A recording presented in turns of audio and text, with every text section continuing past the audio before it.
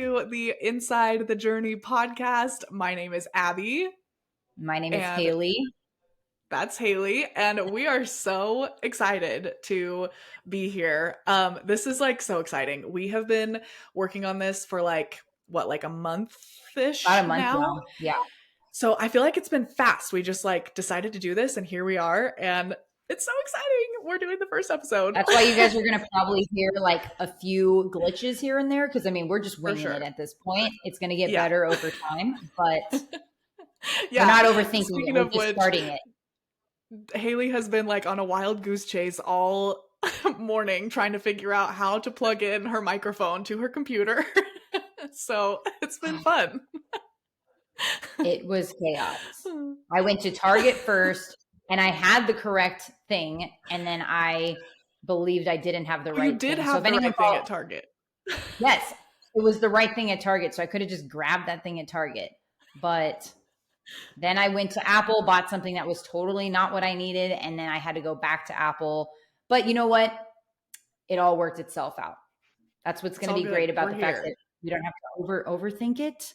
We're good. Kept my cool. It could have gone real bad real quick, but I kept my cool the entire time. Oh, I love it. Okay, so those of you who are here who know me, who were subscribed to the podcast before, if you follow me on Instagram, you have like kind of an idea of what's going on. But basically, I started this podcast actually almost exactly a year ago, which is kind of crazy that like now we're restarting here like exactly a year later. I did like 30 plus episodes by myself and had a lot of fun doing it, but just kind of got to the point where I was like, I can't do this by myself anymore. I felt like I ran out of things to talk about. And I am always somebody who prefers listening to podcasts that are more like conversational rather than just like a person talking at you, you know, which was why I loved doing my guest episodes. And Haley was actually a guest on one of the episodes of the podcast, if you've listened to that. And we have been friends for like on Instagram for about a year, same time period, right? Yeah. Something like that. I don't know. Same time period about, yeah. And so I was just like, yeah. So I was just thinking about like, oh, I don't know what to do with my podcast. And I don't think I even told you this. I actually recorded 2 episodes that I just never released because I was like, I'm going to get back into it. And I recorded 2 new episodes and couldn't even motivate myself to like edit them and post them because it just didn't feel right. Yes, exactly. So I was just sitting there thinking about it one Sunday and I was like scrolling on Instagram and I saw you and I was like, oh, wait a second. I was struck with inspiration. And I just like messaged you kind of out of the blue and was like, this is really random, but would you want to like do a podcast with me? Because I think that would be more fun. And then that's what's crazy. It was like so serendipitous because I had been being told by a few different people, like, you need to start a podcast and all stuff. And I had tried to start a podcast a while back when I did fit personal training and I called it like Building Beauty, but I never got it like really off the ground or did anything much with it. And so when you messaged me that, I was like, that's like the only way I would do a podcast is if I had somebody else to like converse with. And like, because otherwise it would just feel like draining. Yes. It's so much more fun. And we can like kind of come up with ideas. And like the whole point of this podcast, if anyone isn't, we'll go more in depth into detail with that stuff. But like our hopes for it is obviously we're going to share, you know, our infertility stuff, but it's also about like being inside the journey of like the journey of finding your way with when you are hoping to be a mom, but it still hasn't happened yet. And like, you still need to live life. So it's like, what does that look like? Like, could it be business stuff, you know, things that personally make you feel uplifted. So like, that's why I was like, hell yes. I was so excited when you approached me with that. Cause I was like, this just feels like it's meant to. It literally has just felt so like perfect ever since I reached out to you. We have so much in common. And one of the things that like I'm most excited for with this podcast is that we both have a lot of shared experiences when it comes to like infertility. We can relate on that thing and we talk about that on Instagram. But I feel like we also both really feel like that is not what like defines us. It's Our not the sole only thing we identity. want to talk about. Right. And so I feel like I want to make that clear, like up front for anybody who might be listening, is that we're going to talk about infertility for sure. Because it's, like I said, something that we have in common, and it's something that we know people listening will want to hear about, but it's not going to be the only thing that we'll talk about. Like Haley and I are both very passionate about like business and entrepreneurship, and we both like makeup and other things too, I'm sure that we will talk about. And yeah, it's going to be good. I don't, and that was another reason why I wasn't feeling like doing the podcast. I was like, the way that I was doing it before was working, because I honestly, I got tired of only talking about infertility. I was like, I can't just talk about this anymore. So this rebrand and this doing this with you now, like it feels so perfect, and I'm really excited to see where it goes. Which that's why, like, to even touch on that, like, that's one of the things I was most excited about too, because I'm sure any of you guys listening, if you are going through infertility, one of the things that, if you want to, by the way, you might hear lawnmowers in the background. There's like a leaf blower person coming around. So you might have to pause for a second and re-record this if it gets loud.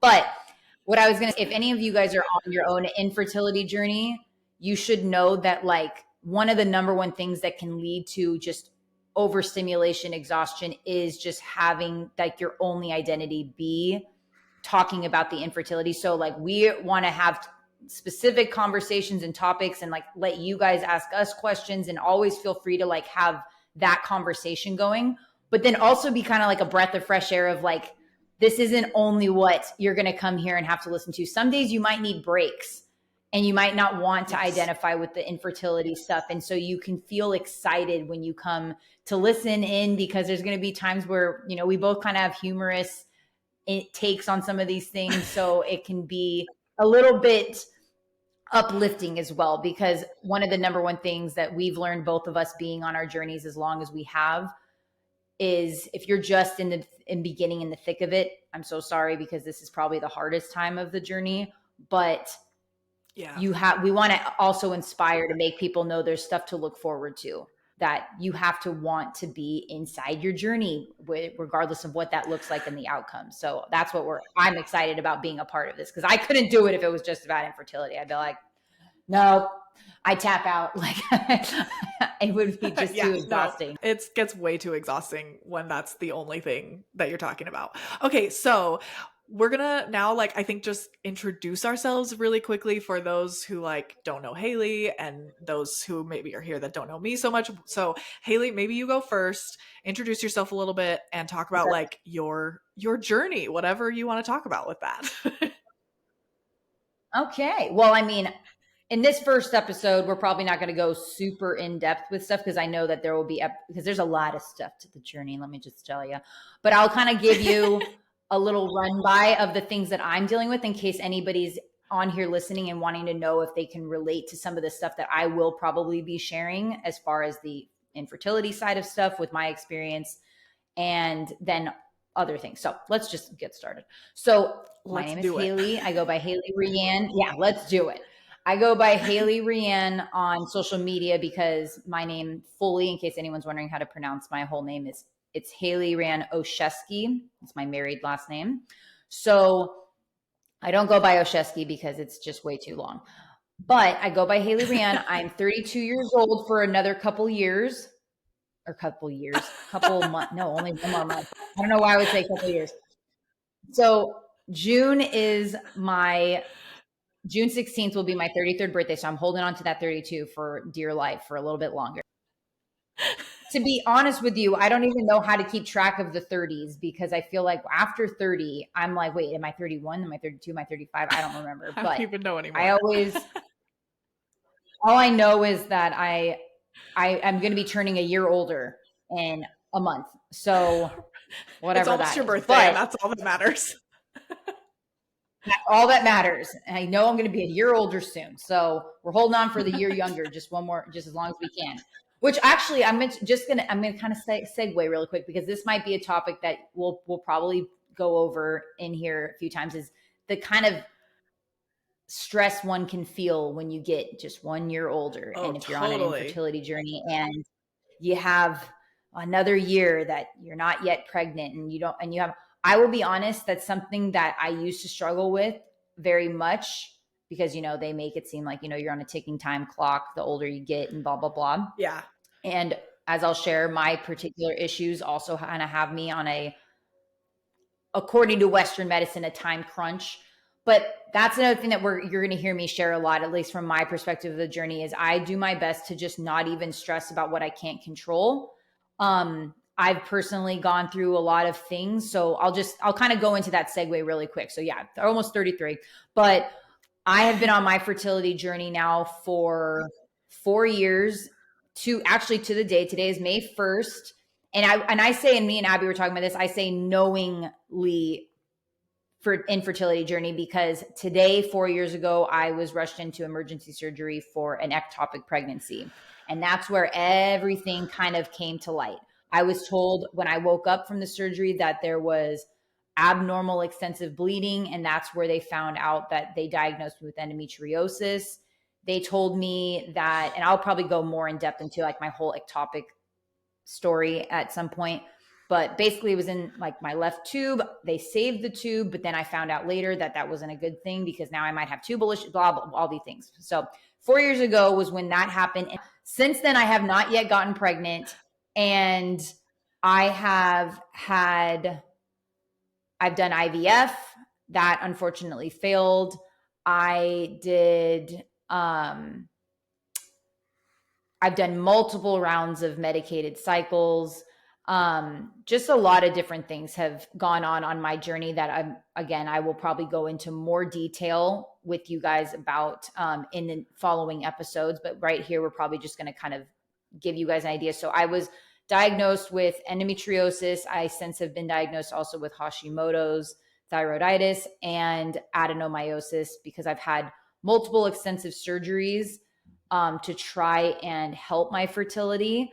I actually have another big surgery coming up with a NAPRO technology doctor in what is it? It will be 24 days from now. It'll be May 25th when I go in for that surgery. So, yep. So it's kind of crazy that this is what has still been going on, if that makes sense. Like, so you guys are actually like, I mean, we're going to share a lot of stuff from, at least I know I am, and Abbie is like from a scar perspective. Like, if you've ever heard that saying of like share from a scar, not a wound, we have a lot of things that we've learned over the years. And that's why I feel like we feel comfortable to talk about this stuff. But if you're in the thick of it, those kinds don't feel like that's like something to be ashamed of. If like we still have our bad days, and that's why I think we find it so important to have these conversations, because there's probably so many women out there that like, they don't want to just they want to feel like they're, knowing what it feels like in the moment for things, if that makes sense. Like,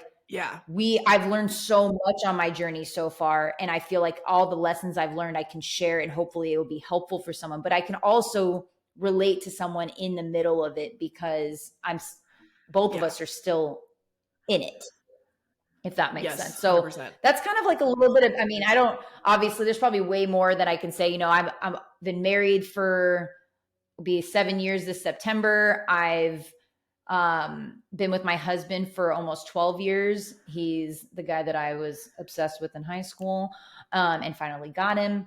And then I have 2 Belgian Malinois. If you don't know what the hell those are, they are just crazy, really fun dogs that I don't recommend anyone get unless you know what you're getting yourself into.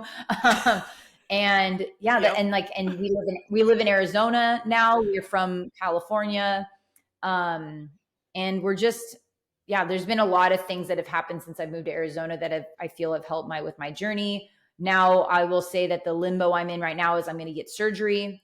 We're going to see if there's any chance of us conceiving naturally, according to the doctors, or if, and I don't know, and I'm sure Abbie will touch on this one too, because she's very passionate about this too, of like why you don't tell people to just do IVF and stuff, because as somebody who did it and it didn't work, we don't know. Maybe IVF is another opportunity for us, but it's a lot of money that you're not guaranteed an outcome for. And that's, Well, I'll talk about the business that I kind of got myself into that shockingly didn't know before I met Abbie that she was also doing as well, where we both do social Yes. selling. And that paid for my unfortunately failed IVF, but it took such a weight off my shoulders to feel like I So had like awesome. something that gave me an opportunity to do something from home because with the conditions I have, a typical job was just not working for me.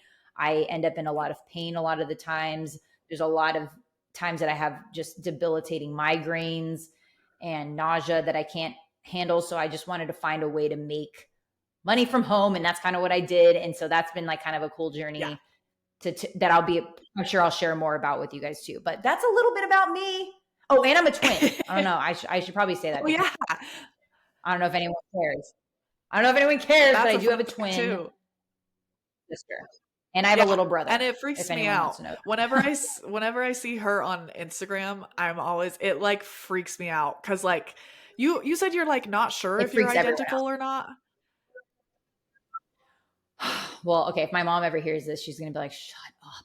But we're fraternal. But my dad always said that we were identical, but we look Oh, so much alike. so That's why, much and most alike. fraternal twins can look super, yeah, most fraternal twins look very different. But the reason I do believe that we're fraternal is because, like, usually identical twins have everything the same and like they're the same height, same everything. If Yeah. you saw me and Lindsay next to each other, we have very different body types. She has a different face. She has a beauty Okay. mark right here, or maybe it's on this side. I don't know. It's one of these sides. But we definitely look very identical, but we're definitely, Yeah. I don't know. Honestly, I You feel like know, the part that freaks me out the most is that like cuz I feel like I maybe can sort of tell the differences in how you look. It also helps that her hair is much longer than yours, so like I know that it's not you. yeah. But the thing If I anyone think wants to that see what weirds my me out the natural hair most looks like, my sister. Yeah, but the thing that I think is the weirdest is that your voices are exactly the Oh same. yeah. Like so when Yes. I see her like And our talking on Instagram, it blows my mind. It's so weird. yes. Oh yeah. I mean, even as much, I know for a fact that if I were to hear an audio of like Lindsay saying something, that's my twin. If anyone is, so Lindsay is my twin. If I ever heard Lindsay talking and someone were to be like, "Was this you who said this or Lindsay?" I'd probably be like, "I don't." It's so funny. Okay, I love it. Yeah, we have so many things in common. I'm so excited. She's also being like humble. She's absolutely killing it in the business that she's running. It's so cool to like watch you do that. I'm just like ugh, goals. Like, oh my goodness. It's so awesome. Oh, Okay, so for anyone that doesn't know me, I guess I'll go really fast. So I am from Utah, born and raised in like the Salt Lake City ish area. And that's where we still live. My husband is actually from Arizona. His parents live pretty close to where you live, which is fun. So next time we go visit, we'll get together for sure. yes. So I've been trying to conceive for like 3.5 years. I have always had like super irregular periods my whole life and was one of those things where like I went to the doctor when I was like 16, 17, whatever, and was like, hey, I haven't had a period for like 9 months and I wasn't sexually active, so there was no chance that I was pregnant. And my doctor was just like, oh yeah. And there's a history of PCOS in my family. And so, but I don't, anyway, I could go on a long tangent, but basically my doctor said, oh yeah, well, the only way to diagnose you with PCOS is to do an ultrasound and actually look at your ovaries, but you're so young, we don't really need to worry about it until you're actually trying to get pregnant. So here, just take these Well, pills so that you have a period every month. So it wasn't birth control. She would just have me take progesterone like every month to induce a cycle basically, which was good. I'm glad that I like wasn't totally on hormonal birth control, and I'm also glad that like I was still like bleeding regularly because that's important for your health. um but anyway, so then when we got married, I've been married to my husband for like 5.5 years. um so we got married and then I did go on birth control when we got married, which again is like so dumb because now it's been 3.5 years and I'm not pregnant. So birth control was not necessary. Um, but yeah, so then I went off birth control a couple years into our marriage and my cycles started being weird again. And then it was like, okay, I think we should probably go see a doctor. And we did lots of like 4 or 5 rounds of Clomid. And like I never ovulated on Clomid. So then we switched to a fertility clinic and I did one medicated cycle with them and a trigger shot. And that was like 2 years ago, and I haven't really done any treatment since because I was over it at that point. Just needed a break. So since then, I've been trying to work on healing my hormones naturally since, as far as I know, all I'm really dealing with is PCOS. I feel like you are dealing with a lot more intense stuff than I am. Like for me, it seems to mostly just be a hormonal thing. Like my doctor, did the whole, checked everything. My tubes are fine. She said my uterus was beautiful. Like, so as far as I know, it's just a weird hormonal imbalance where like I'm not ovulating for some reason. Oh, I do have a thyroid thing too. That's something we learned recently. So yeah, so I've been just trying to focus on healing my hormones naturally. It's a slow process, but I feel like things are getting better and who knows? Eventually, we'll probably do treatments again if I don't get pregnant in the next like couple of years at the very most, but we're just kind of taking it like one day at a time, 1 month at a time. And right now I'm feeling very like content with how things are and excited about the like my career and the things that I'm doing with social media and this podcast and stuff like that. And so that has been, doing stuff like that has been so fulfilling for me. That's a huge part of like my journey, which you kind of talked about too, is like starting to make money online and starting a business and finding finding identity and purpose and empowerment like outside of motherhood and infertility Yeah. and all of that. So that's a little rundown. Now, honestly, like kind of touch on that because that's like the biggest topic that I think me and Abbie both are like just so adamant about is, Yeah. and I think a lot of people miss this step and we almost want to just inspire people because we don't have control, right? And as much as we think we do, like, yes, your sister's brother's friend's cousin might have tried like one round of Clomid and it worked, right? And so we're here to cheer on everybody's journey. We're not here to in any way, shape, or form act like anyone should feel guilty or bad for how long or short their journey was. But the bigger picture, I think, is like giving people that space to understand that they can share what they're going through and not really need an input on like, because listen, and we're going to probably have this happen because we want you guys to engage with us in the Facebook group or any of the things we ask. Like, feel free to let us know, like if you had success with something, whatever, like share. But one of the biggest things, if anyone's ever wondering, if you're listening to this and you've never gone through infertility, is there's a big difference between offering unsolicited advice and like literally sharing from a perspective of like your journey or your experience or anything that you can think is helpful. There's just a way to go 100%. About it. It's like, so instead of saying something like, you should just take this supplement, it could be better to be like, hey, I had a similar situation, or my sister had a similar situation and she tried taking this and it helped her. I don't know if it could help you, but I just thought I'd let you know. Like, that is totally awesome. Like, but at the same time, it can be very exhausting when we might feel like we're being talked at. And I mean, let us know if any other infertility warriors out there feel that way. It can just be a little overwhelming when you're like, when you kind of, because you never know if someone wants to break down, and maybe in a situation like mine where if someone goes, just try IVF, and then I want to be like, I did, and it was 25 grand down the drain because it didn't work. So what's your next piece of advice? Like it just, we can come from such a place just of relax. We're just, yes. Oh, don't even get me started on the where I'm like, oh, okay, well, I've been relaxing and not really trying for like 2 years now and nothing has happened. So yes. What Yes. else do you got? And we know that everyone comes from a good place. So I think that that's the bigger thing is we're not scared to touch some third rails in this podcast. Like if things get a little uncomfortable at moments, like that's fine. Yeah. That's kind of what we want to bring a voice to, is that this is not a pretty walk all the time.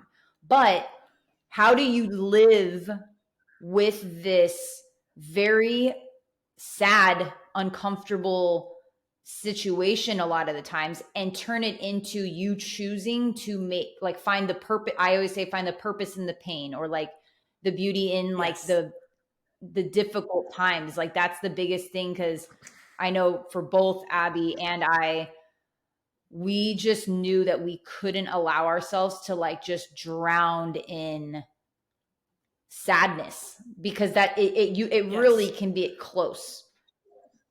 Like, you know, when you have these moments of like friends having, and I'm sure we'll talk about this, like friends having baby showers. Oh, Mother's Day's coming up. I think we're going to talk a little bit about that on this episode too, of like, there's just these things. And we hope that if you guys come in to listen and hang out with us, you'll let us know your honest opinions and thoughts too.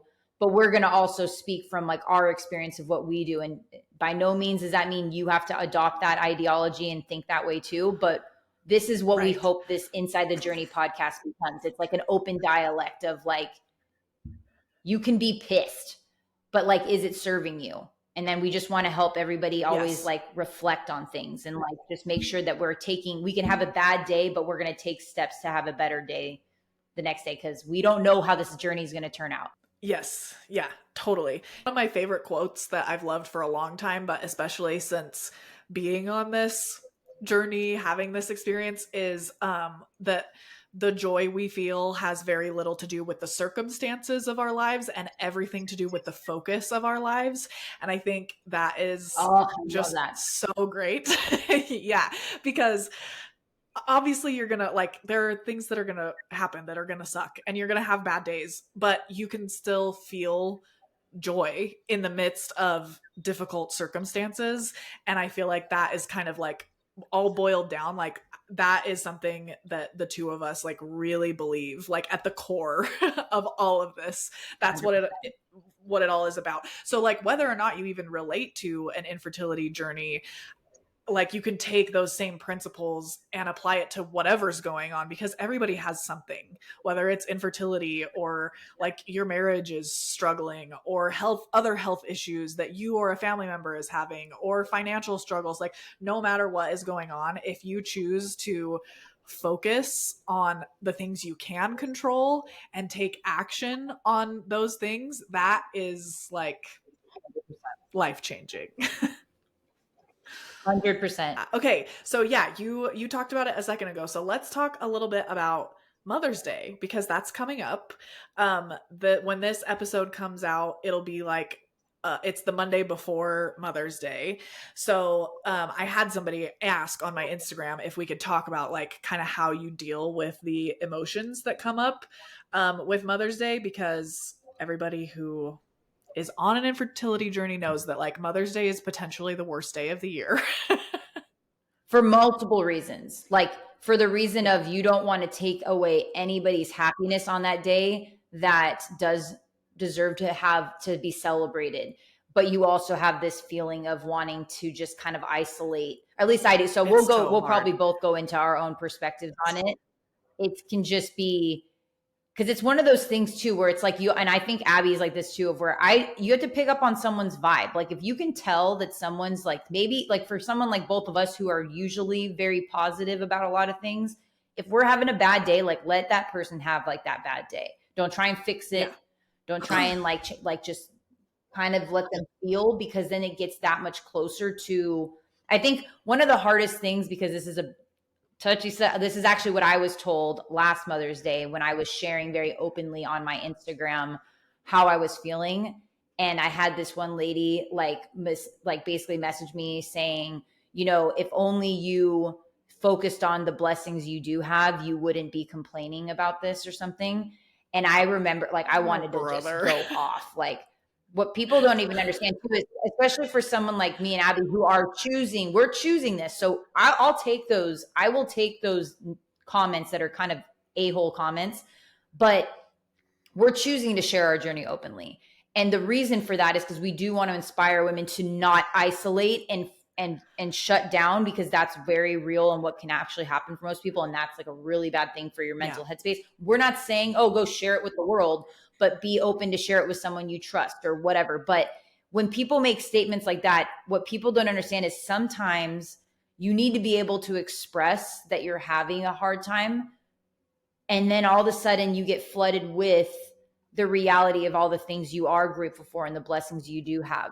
But when someone is just trying, like I actually saw this quote the other day, and I can't think of it off the top of my head, how it was like the holistic, I don't know if you follow her. She's like, it's called like holistic, like psychologist or something. But she said something along the lines of, like, no, most people aren't asking for your advice. Like most people are looking more for empathy and support.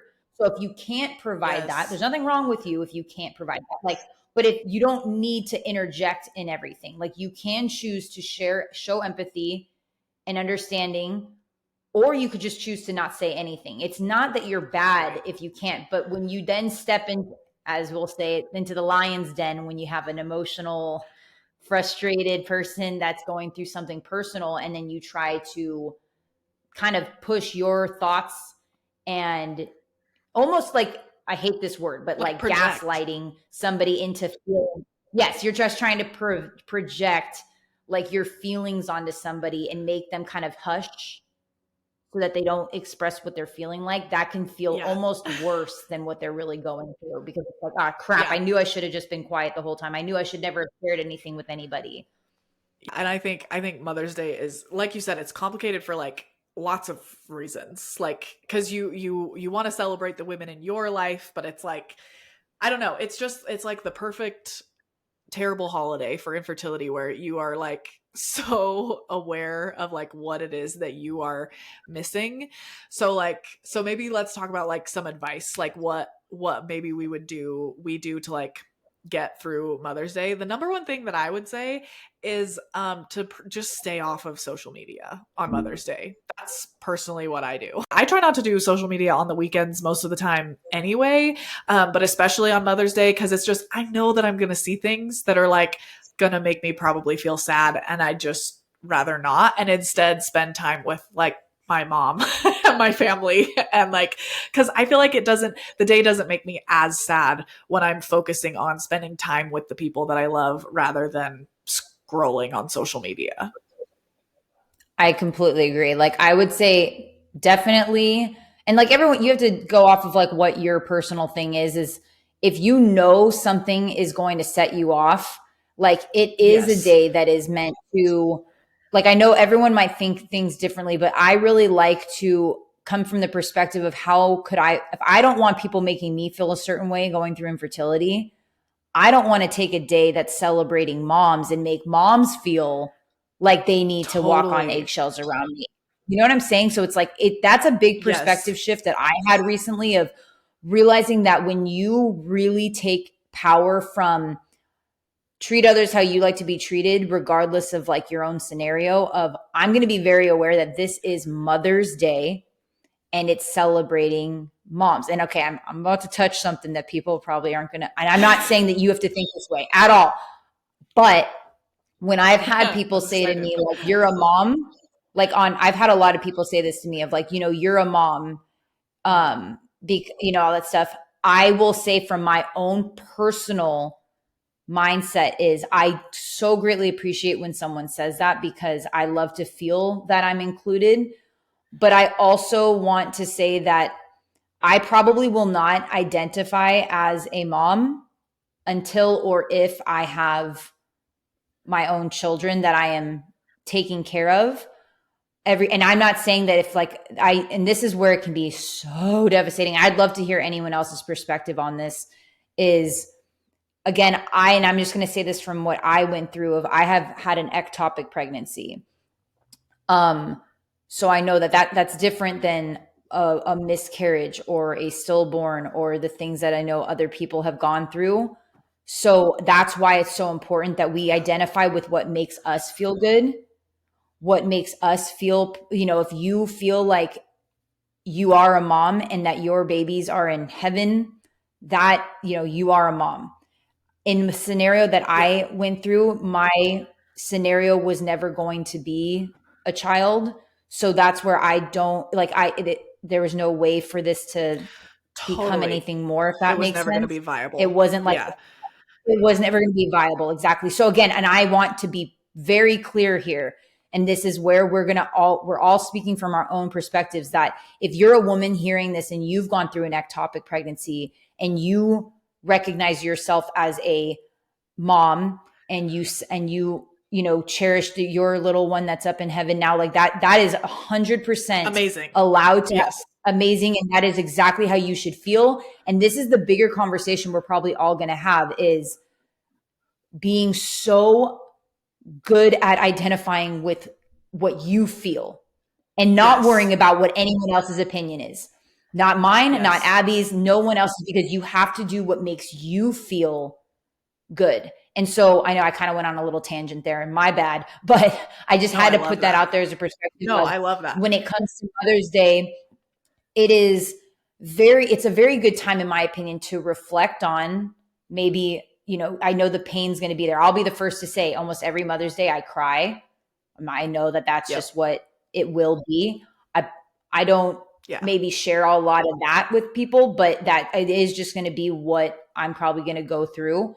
I have actually, like, instead of even giving, I'm just going to kind of talk through really quick of like the things that I do that does make me feel better. I kind of go through the things that give me some comfort of, I bought, but when we went to do IVF, I wanted to think positively and I wanted to be excited for what was to come. And when I did IVF was a few months after Mother's Day. And so I went and actually bought a little onesie, and I just wanted to have that positive mindset, right? Well, unfortunately, obviously that onesie is still hanging in my closet. But I have one usually too. on Mother's Day and on Christmas, Mother's Day and Christmas Eve or Christmas time are always the times that I will go and grab that onesie, and I just try and visualize, like, one day there will be a baby here. One day, and I hope, and I don't know, you'll think, and you'll probably say a little few more things. Like, that is it. It heals me to know that I want to pay a little bit of attention to putting myself in the mindset of, like, one day I'll be celebrated during this time. And I really want to do my best, that if maybe today's too hard for me, or I'm having like a really rough, like, because guess what? This is another thing. Some women might be going through I hate to say the word, but they could go through a miscarriage close to or around Mother's Day. There could be people who've had that happen and they're reliving it now. Like, that's why we have to be so considerate to never give one person like a specific piece of advice, because everybody's journey is different. Everything someone's going through is different. So I would almost just want to encourage that you tap into the real things going on for you. Be open to communicating to those you feel safe to communicating towards. Let them know you're having a rough day and that you're going to just sit some stuff out. If they don't understand, that's on them. You don't owe an explanation to anyone. So I would say that was a really long way to basically say my number one tip is communicate how you're feeling. If you can celebrate others and be excited for others, do it. But if you can't, communicate that to those that maybe don't get it. And if they choose not to understand, that's on them. Don't waste any more energy trying to fix that. You might have people call you selfish. You might have people call you whatever, but it can be 10 times worse if you fake that you're okay when you're not. So communicate.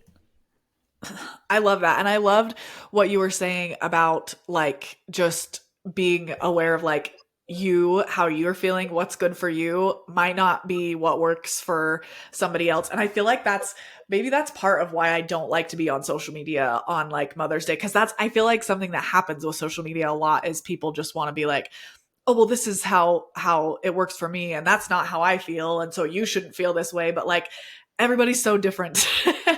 And so, like, I liked what you were saying about, like, you don't necessarily identify as a mother, and that's what feels good to you, but like I've like made some posts on Instagram before where like sometimes I say like sometimes I like to think of myself as a mom in a way because of all the things that I'm doing right now for the sake of my kids in the future. You know what I mean? Like just because they're not here Yes. doesn't mean that Yes. I'm not doing things for their benefit now. And so in that way, I kind of am a mom. You know what I mean? And that I love thinking of it that way. But like I remember like making a post about that and having somebody who like has been through infertility and does have kids message me and be like, I don't know how I feel about this. Like I don't, and I'm like, that's totally fine. If you don't like that like way of thinking about it, then Yes. fine. It's something that makes me feel better. But if it doesn't make you feel better, then Exactly. like take what serves you and leave what doesn't, you know?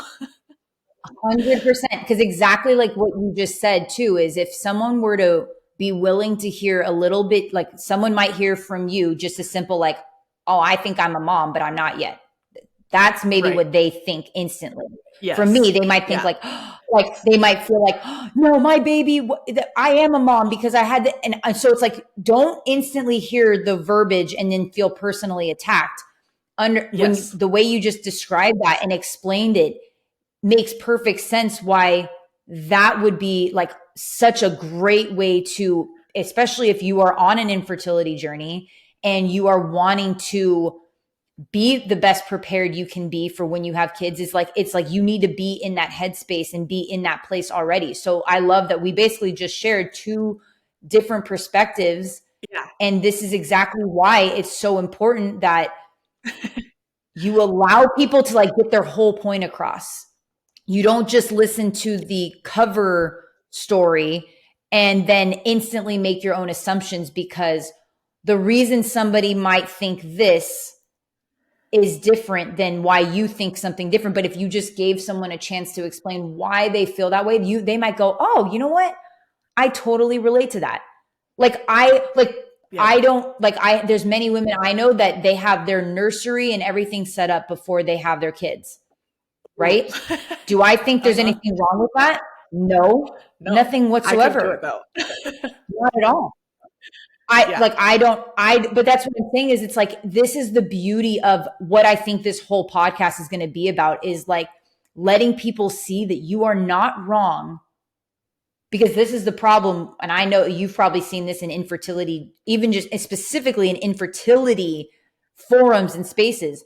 Everybody is trying to imprint their way of doing stuff onto people and being like, this is, and that can leave you feeling so lonely when you're trying to like feel like you need to fit in somewhere, but you don't quite know where to fit in. And it's like, let me just say, like, bitterness is the one thing that I try to avoid at all costs, if that makes sense. And the number one way, in my opinion, to have a bitter pill is when you are trying to make your way right and someone else's way wrong. Yes, and that's 100%. Like a big lesson I think everyone can learn. I think I will say this. I think the reason I have the perspective I do, and that's funny, I talk to my sister about this a lot, is I have a twin and she has two beautiful daughters. Shockingly enough, which we will probably go into this in more depth, but my sister got pregnant with her first daughter when I was pregnant too, with my ectopic. We were a week due dates apart. Our due dates were a week apart. Now, I very easily could have turned that whole scenario into something to, like, it's a reminder when I'm celebrating my sister, like, oh, I could have been a mom too. I'm not saying that, and I'm not saying that little mind path couldn't have been where I went down, but I'm so glad I didn't. And I will say that I feel very blessed that I have a sister that's so understanding and always asking me questions like, how do I feel? Because we were talking about this the other day of how I can't believe that there's women out there that don't see their nieces or nephews or all that stuff because they become so angry that their siblings have kids. But there also is there's also people out there that have siblings that don't want to understand the woman the sibling going through infertility side. So that's why we can never pass judgment on what's going on for someone else. Like, I feel grateful that my sister is so supportive and kind on my journey. And so it makes me want to be just as supportive to her. But then there might be women out there that you might want to judge and be like, oh, I could never not see my nieces. But that sibling might not even they might tell you to get over it, or they maybe are very inconsiderate Sure. when it comes to your feelings. Yeah, these are such good points. I feel like it makes it difficult to give advice for something like this because everybody's situation is just so different. But I feel like overarching things is, like I said, like staying off of social media helps. I think gratitude is like always going to be a number one way to like pull you out of whatever negative headspace you might be in. If you can take a second and like really think about and feel gratitude for the things in your life that you do have and that you do love and appreciate, like that always really, really, really helps. Like I just think gratitude is so powerful. 100%. I completely agree. Gratitude is, in my opinion, gratitude and appreciation can be one of the biggest game changers for your perspective, just for your own mental health and physical health. And that's why, guys, like hopefully when you guys listen to this, you feel like you have a place to hang out with us, because if maybe you don't have those close friends that understand, you aren't trying. It can be exhausting to try and convince people to get where you're coming from. But hey, if you listen to the podcast, you can, I mean, I would love, I don't know if maybe we'll make a post or something in the Facebook group. I know there's probably like nobody in there yet because we're just opening it, but we, as we get more people in there, we would love to like be talking about these topics and then also hear your guys' opinions too. Like, so if we make like a little Mother's Day post and like comment and let us know how you handle it or what you like to do, like things like that, because then hopefully you guys can feel like you're not so alone. Like we want you guys to know that this podcast is not just going to be us spewing out our thoughts and opinions, but also a place where we can all kind of build like our own little community of the inside the journey. So it's like there's all these other people going through their own journeys and maybe sharing what things help them. And again, like Abbie said before, of like, you can see someone else's perspective and decide if it fits something for you, take some of it. Great. If it's something you totally don't agree with, you don't even need to let people know that you don't agree. You can just choose to go, good for her. Doesn't apply to me. Oh, what a concept. You don't need to let somebody know when you hate what they're saying. It's a lot easier said than done for some people, but I think I can just tell you right now that our energy is so precious, you guys, especially anybody who is on a health journey or an infertility journey. Our energy needs to be conserved for the important things. And when you just let these energy leaks happen because you want to complain about something or get mad at someone for their perspective, instead of just realizing like, you know what, everybody, I don't have to please everybody. I don't have to agree with everybody. No one has to agree with me. It can just be a very empowering moment. And again, I think kind of rounding it about with Mother's Day, that's where this is. Let's just be very clear. This is a day to celebrate mothers. If it feels too hard for you, communicate that and then just take a step back. Do what you got to do. It feels right for you. If just do what you got to do. And that's the bigger thing. Yes. Yeah. So the other question that somebody asked, which is a great little segue into like probably the other biggest topic that we'll be talking about a lot on this podcast, is like maybe some ideas or things to do to help afford fertility treatments, because trying to have a baby when you're infertile is not easy. Then it's not cheap. So the thing that's really annoying is that they cost money once they get here. So that's the even bigger. I mean, I'll go on a whole tangent on that, because that's the hard part of where, hey, for most people, just having a baby is expensive. But imagine like creating the baby being expensive, and then So we keep going.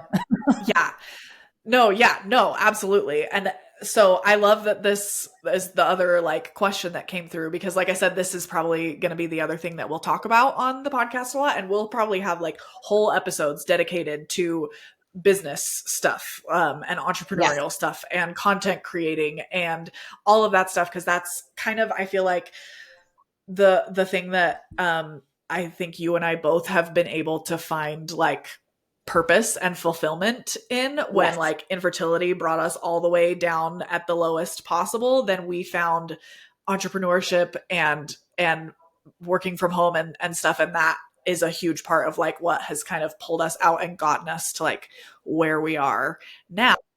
I was actually talking with Abbie about this when she was talking about the different questions that came in. And I was like, ooh, this will be exciting. Cause like she said, we can talk for days probably about this passion we both found when it came to social media and making money from home.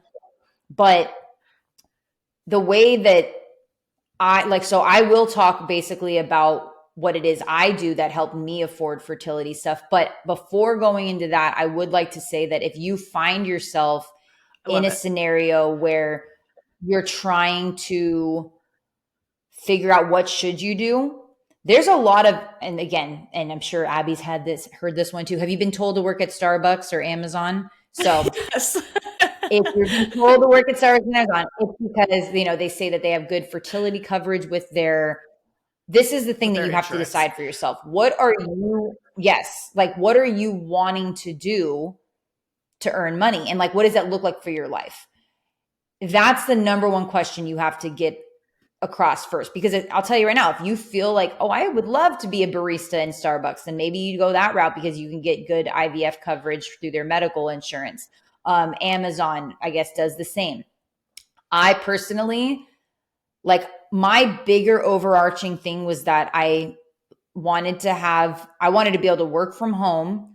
I wanted to be able to put my current family first above all else, because I didn't want to have a job that made me earn money in a way that once I have a kid, then I'm going to have to feel stressed about that. So I'm a big picture person, if that makes sense. So I was really big on like the big picture of things, and like, okay, I do this and it gets me help for IVF, but then I'm stressed because I have to call off work to be able to go into all these appointments that I have and all that stuff. So any hoodle, you're going to want to definitely there's many ways to make money, but the biggest perspective you're going to have to first start out with is like, what am I wanting to do to make money?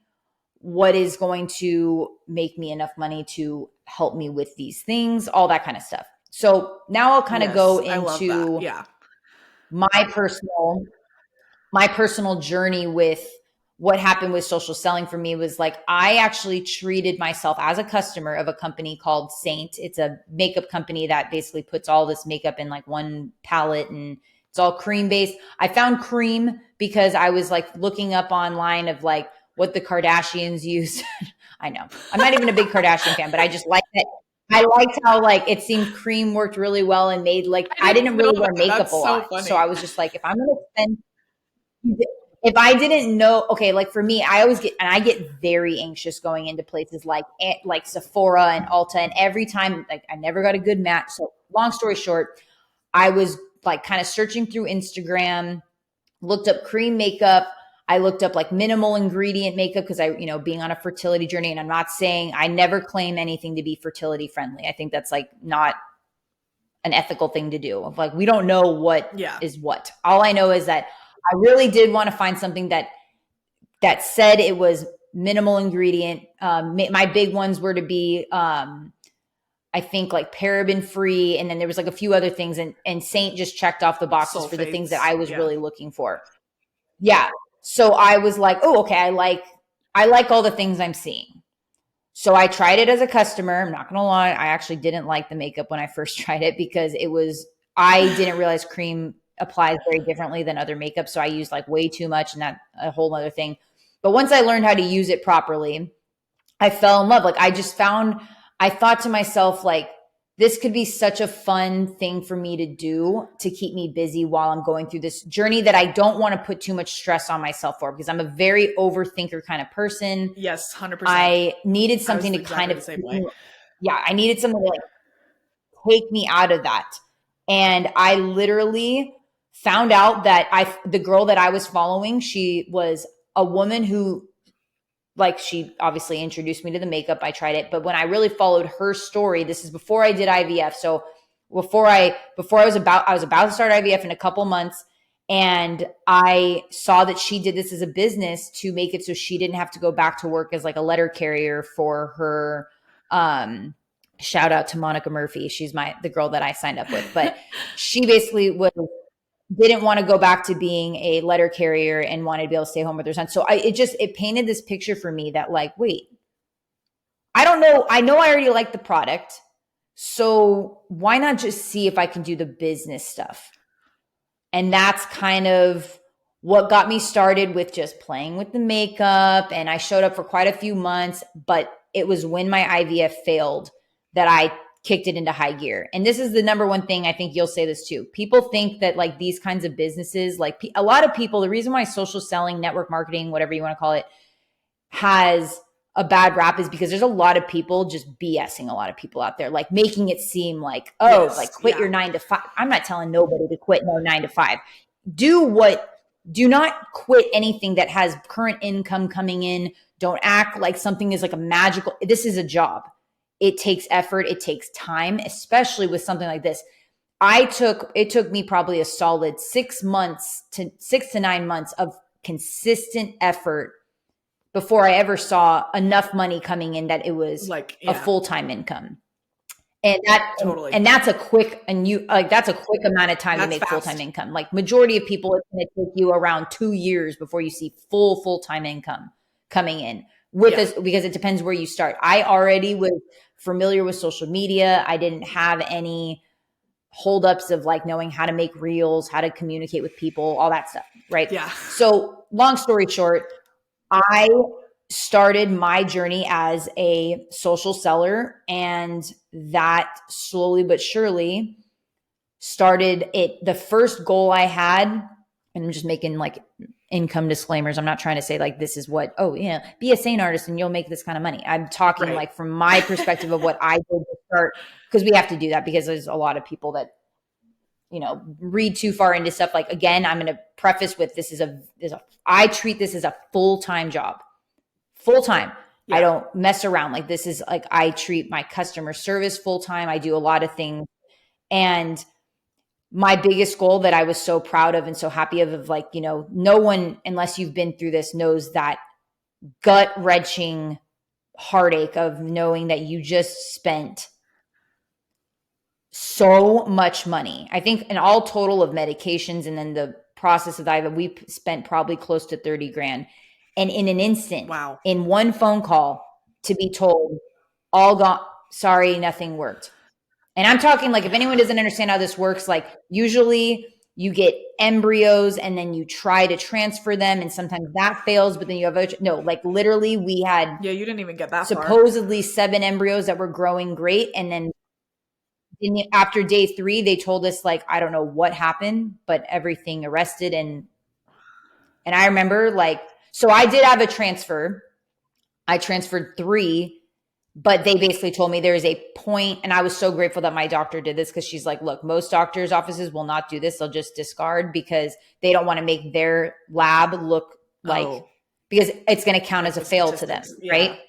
Sure. They want to keep the statistics up. But she told me, she's like, you've done so much and I'm so heartbroken for you that we're going to transfer these three, I don't know what they're called morulas at that point, I think is what the word is, but they're not embryos yet. But she's like, she's like, and I appreciated that she said this too, because she was like, nobody can say when a miracle is going to happen. So I'm not going to play God right now. Let's just see what happens, even though the chances are so slim. So obviously, nothing worked, but I was so grateful she was that kind to do that.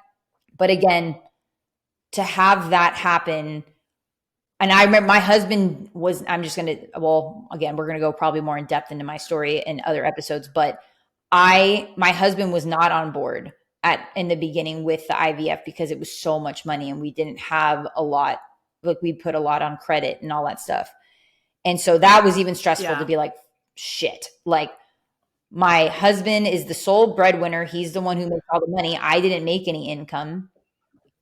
And I mean, I just started with Saint and stuff. And so I had made maybe a few $100 at that point, but that was what lit a fire under my ass, basically. And I made it my goal to make a full-time living out of this. And that's what I did. And again, if you are somebody trying to find ways to make money to support your journey, there is an endless amount of opportunities out there. You just have to know what you're getting into. I highly recommend, if it's something like what me and Abbie do with social selling, like you pay attention to, like, yeah, there might be some kind of like, for us, it's an initial investment for like our artist kits, but you don't need more, if that makes sense. Like, you don't need to have more things. You don't need to spend a bunch of money. And I think, so kind of going back to, that's a little bit of my journey and like what I've done to support my fertility journey. But I want to also push, if anyone's like hoping for advice on like what they can do, is I would say sit down and brainstorm ways to support it. And depending on your situation, you might be able to, reach out. And I'm not saying that everyone does, but you can reach out and see if any family wants to help you fund things. And like, there's many people who do stuff like that. There's people who set up things to like add support and all that stuff. But again, you really want to see a big picture perspective, is because this is, again, I'll kind of reiterate when people give the advice, and this is where I come from, when they say, oh, just go to Starbucks or do this. What you don't get is like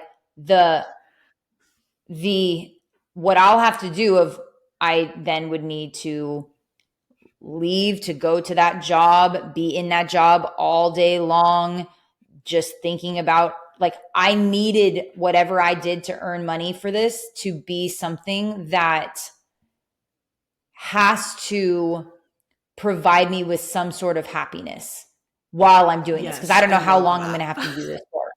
You know what I'm saying? Like, I don't know how long I'm going to have to do this for.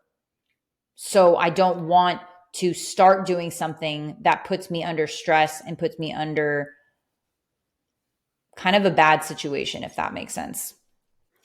I loved everything that you were saying about that, because I feel exactly the same way, that I think it's really important to have like things that make you feel like fulfilled. And for me, it was really important to have something that was like a creative outlet, not even necessarily something that would make me money. Like, that wasn't even necessarily my first goal with the things that I was doing, like with business stuff. It was more just like a creative outlet and something fun that was like, could just sort of like what you were saying, that was like distracting and made me feel like I had a fun little hobby. And then it sort of turned into something else. If you're the type of person that feels better just going and getting a job somewhere that's going to give you maybe a little bit more security or just peace of mind in that way, then that's great. But for me, I kind of like what we've been saying this whole time, like, you just have to do what feels right to you and what works for your journey. And for me,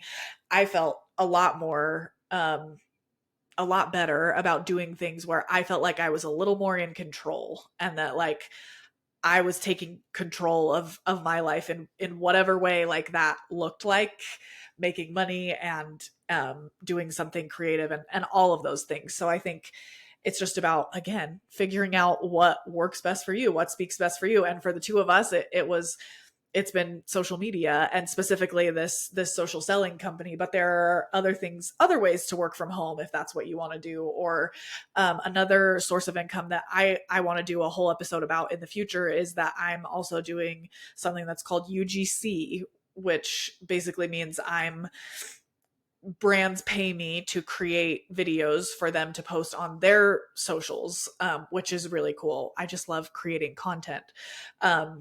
So yeah, I don't know. There's like you were saying, there's like a million ways to figure out how you want to pay for fertility treatments. And what I do know for sure is that if you decide like to find something and to do this, like, consistent effort always equals results. And so if you find your thing and you stick with it, like, you'll figure it out for sure.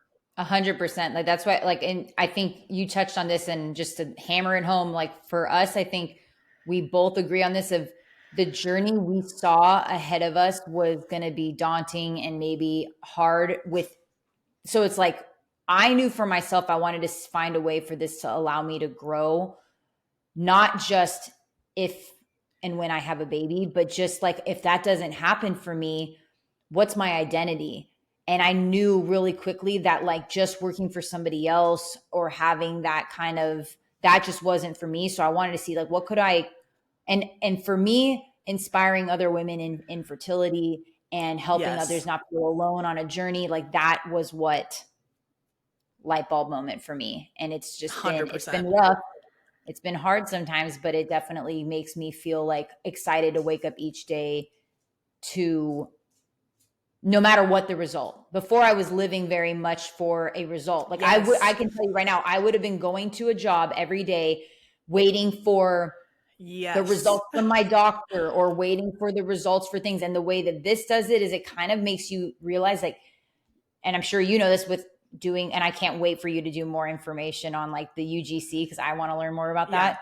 But when you can't create or be someone who's inspirational or anything like that if you're always on like a downward slope. So I knew that this would make me become a better version of me. It would make me have a better attitude because nobody Yeah. wants to see someone show up on social media that's just always upset. So it was almost like a form of therapy for me. Yes, I totally agree. Well, and I think too that like maybe this is a controversial opinion, but I personally don't think that like totally sacrificing your mental health in the pursuit of getting pregnant is worth it.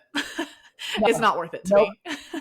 No, because Be- and it's funny you bring that up because just as a quick roundabout, like that was, and we'll talk more about this on the episodes where we go more in depth into our personal journeys. But like I knew what that felt like to have my mental health go completely out the window. And this is before I yeah. got pregnant, and this is before any of IVF or anything like that. And that's why, like in a way, I feel like this infertility journey, it teaches you so much about life and about business and about different things because you really realize quickly that you can either be a part of the solution, which yet you don't know necessarily what the solution is, but you can either be creating more of a problem in your life or creating more happiness, more joy, regardless of the end outcome.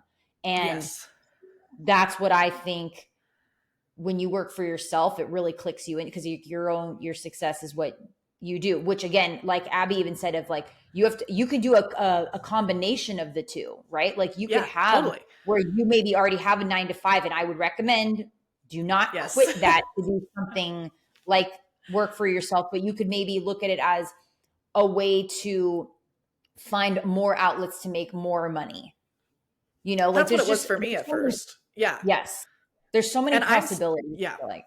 And I'm still not like I'm still in the process of creating a real full-time income for myself, which I think I should mention just based off of what you said. Like you said like 6 to 9 months you were doing a full-time income, and for me I have been doing this for like close to 2 years and I'm not there yet, and that's fine. Like Mhm. everybody's journey is totally different. Again, we'll just keep that'll is that the motto of the podcast? That's our Yes, motto. I think so. I think so. Everybody's journey is different. You just got to do you. And that's why, but I think it's important we even share that though, because it is something that anybody listening to us needs to hear, that we're not here to kind of push our own agendas or make anyone think that we're No. right about something or whatever. It's like we really want to be able to say like, hey, you can relate to some people. Like there's going to probably maybe even be things that like I might share that like Abbie might not share, or that you might see in real time when you guys listen through the podcast that we have very different scenarios we've ever been through, stuff like that's kind of the beauty of this, is like hopefully Yes. helping somebody see that like, hey, if you relate more to Abbie, you might speak more to her when you comment or make things. And if you maybe relate more to me, you might bring that kind of conversation up. Like there might be times where Abbie's talking about something that I'm like, I don't even know how I don't have, like, I don't experience that. That's not my thought process or anything that I've ever Yeah. felt. Same vice Yes. versa, whether it's with business or anything like that. So that's what I'm most excited about, when I hope anybody who maybe even heard this first episode, like you're excited for, clearly we have like so many other, you guys probably heard with like the random tangents we kept going on, Yeah. that We could talk for there's a hours. lot we can talk on. And Yeah. that's in my opinion, that's the most exciting part about doing this podcast together, is that we're going to feel inspired to want to just talk from a place that keeps us building momentum and moving forward and doing things that inspire us, because above all else, if anyone's wondering, like that's kind of what the podcast is for both of us too. We're not putting so much pressure on it to be like some amazing thing. Like it's going to evolve to be what it's going to be. But we're excited that we have the opportunity to do this together. And, you know, I'm not trying to say like, oh, if we weren't going through infertility, we wouldn't have this, but that's kind of the mindset you have to have, is being grateful for, you know what, obviously we both would trade not going through infertility, but we are going to be very aware and humbled by these are the really great like things we're creating in our journey. Inside of our journey, we're creating some awesome things. Like, tie it all in. I love it. Well, yeah, I mean, I feel like I couldn't say it better than that. We're so excited, and we want to have other people on as well. So like if you're someone listening, you can come. Well, we can if you just go to insidethejourney.com, that's our website, and that has links to like everything. It has links to both of our Instagrams. It has links to the Facebook group for the podcast. So you can join that.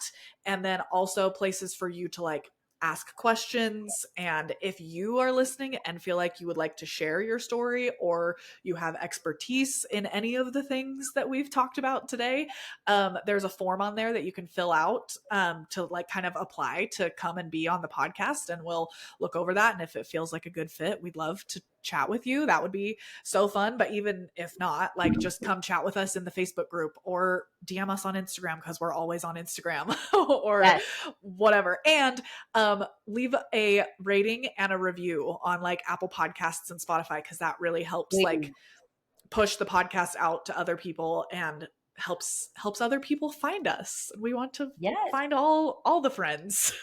Yes. Oh my gosh, did we do it? This is the first episode. I think and so. I'm so excited. We did it. We had some technical difficulties, but I think you guys might hear that we'll part, figure it out. We will figure it out. Okay. Thank you so much for listening, and we will see you same time next week. Yeah. Bye. Bye, guys.